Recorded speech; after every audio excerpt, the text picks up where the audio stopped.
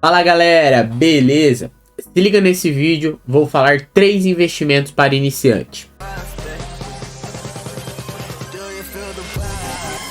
O vídeo, deixa um like, compartilha, se inscreva no canal, deixa uns comentários, tá? Dúvidas, sugestões, para nós crescermos juntos, beleza? Galera, seguinte, existem os 2 principais investimentos. Primeiro seria a renda fixa e segundo, a renda variável, tá? Dentro da renda fixa, temos alguns ativos, que os principais, temos os pré-fixados, ou seja, nós contratamos uma taxa garantida que no final do período nós vamos receber esse valor. Por exemplo, um CDB pré-fixado de 12% ou um papel, qualquer papel de renda fixa, e eu já garanto uma taxa no começo sabendo quanto que eu vou receber. Temos os pós-fixados, tá? Dentro desses pós-fixados temos os indexados à inflação e temos os indexados a juros, tá? Que é o mais conhecido como o Tesouro Selic, ok? Indexados à inflação, por exemplo, temos o IPCA+. O que é isso? É o índice da inflação, conhecido como IPCA, mais uma taxa pré-fixada garantida. Ou seja, contratamos um título de IPCA+ 2027 no valor de 5%. Então vamos pegar o acumulado do IPCA no período, né? Por exemplo, 10%, 11%, 7%, 15%, mais a taxa que nós contratamos garantido, de 5%, tá? Temos aí os juros semestrais, tá? Que para quem está querendo montar uma carteira a longo prazo para ver a bola de neve crescer, não é interessante, tá? Porque todos os itens, tanto o pré-fixado quanto os pós-fixados, os juros são no final do período. Ou seja, eu vou deixar lá 5 anos, coloquei 10 mil reais, R$1.000, R$500, enfim, e vou deixar até os 5 anos e vou receber o acumulado dos juros durante esses 5 anos lá no final. Com os juros semestrais, a cada fim de semestre, eu recebo os juros acumulados nesse período de 6 meses, né? Aí vem a pergunta, pô Vitor, mas não seria interessante eu receber um dinheiro a cada 6 meses? Não seria, porque você não faz a bola de neve. Aí ele não entra os juros compostos, porque todo semestre ele vai te depositar na sua conta. E aí ele vai manter o mesmo valor de 10 mil por mais 6 meses e te paga os juros sobre os 10 mil. E assim por diante. E principalmente, lembra, existem faixas de imposto de renda. Tem faixa de 22%, de 20%, de 17,5% e de 15%.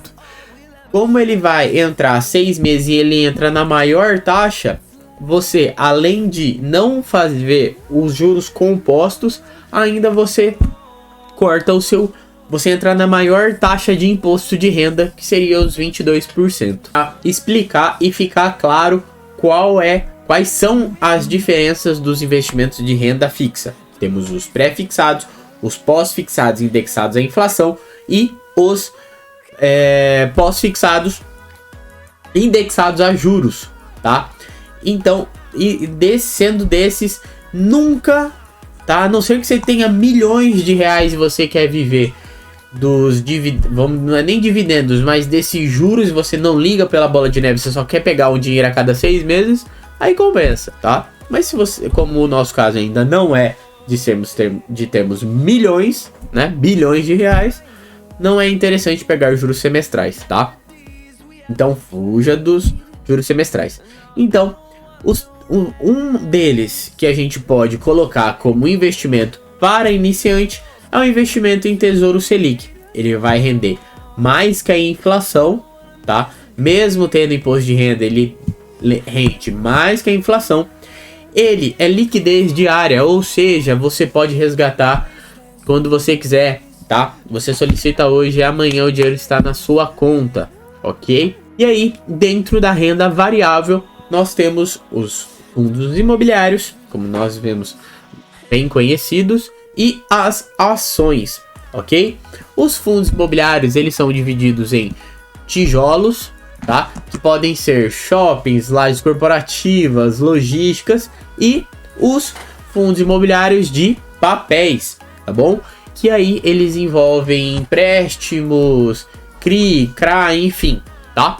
E as ações, que são empresas, ok?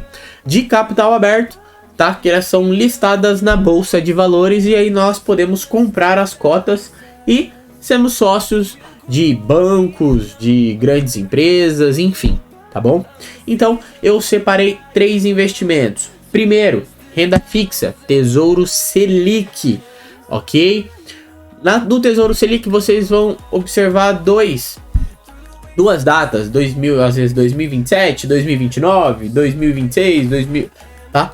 Não importa aí qual você vai colocar, ok? No Tesouro Selic. Não importa muito qual você vai colocar, se é no menor ou no maior valor, tá? No IPCA já influencia um pouquinho o prazo, porque não é interessante você sacar, enfim. É um pouquinho mais complexo. Mas vamos lidar com o Tesouro Selic. E tem os fundos imobiliários. Fundos imobiliários, nós temos além dos shoppings, lajes, logística, papel, enfim, temos os FOFs, que são os fundos de fundos, ou seja, são fundos imobiliários que não têm imóvel. Pode não ter, né? Mas normalmente eles não têm imóvel. Eles não têm empréstimos em CRIs. Eles investem em outros fundos, tá? Então, quando você compra um FOF, né, um fundo de fundo, você tá pegando 50, 30 fundos imobiliários dentro da carteira dele. E aí cada administradora desses FOFs tem a sua estratégia, entende qual é o melhor para o mercado dentro da concepção dela, tá?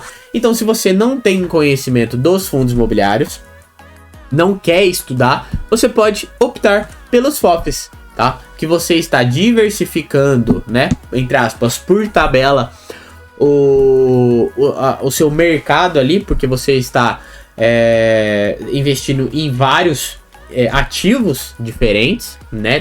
Por conta dos FOFs. E aí e conforme o seu conhecimento, você pode ir comprando ativos separados, tá?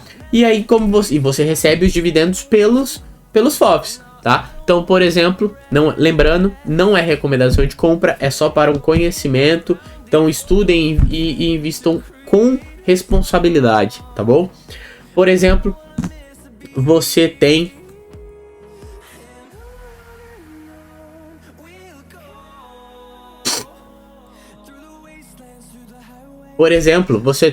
o fundo de fundos, o FOFs, BCFF11, tá?